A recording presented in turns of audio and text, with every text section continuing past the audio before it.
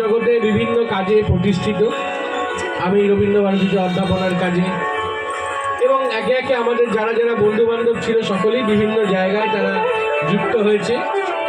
কেউ সঙ্গীতের সঙ্গে যুক্ত আছে, কেউ সঙ্গীতের সঙ্গে যুক্ত নেই, কিন্তু যখন এই সঙ্গীতের অনুষ্ঠানগুলো হয় সবাই মিলে চলে আসে একসাথে আনন্দ করতে। কিন্তু সেই শুরুটা কিন্তু এভাবেই হয়, বারবার ভুল হতে হতে, মুখস্থ ভুলে যেতে যেতে, ঠিক হতে হতে তবে একদিন পারফেক্ট হওয়া যায়। হয়তো আমরাও আর এখনো পর্যন্ত পারফেক্ট হতে পারিনি, এখনো শিক্ষকতা করতে গেলেও প্রতি মুহূর্তে কারো না কারোর কাছে শিখতে হয়। তাই কোনো ভুল ভ্রান্তি থাকলে আপনারা ক্ষমা মার্জনা করবেন।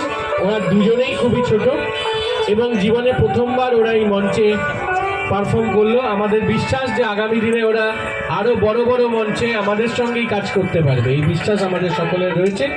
আমি আবারও ওদেরকে কৃতজ্ঞতা এবং ধন্যবাদ জানালাম। আমরা পরবর্তী অনুষ্ঠানে এবার যাব। আমি পরবর্তী নৃত্যানুষ্ঠানে যাব। নৃত্যানুষ্ঠানে দেবাঞ্জলিকে এরপরে আমরা মঞ্চে ডাকবো।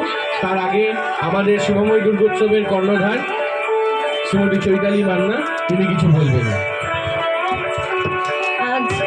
এই সমগ্র মঞ্চ পরিচালনায় বাবু মান্না, মানে শুভঙ্কর মান্না,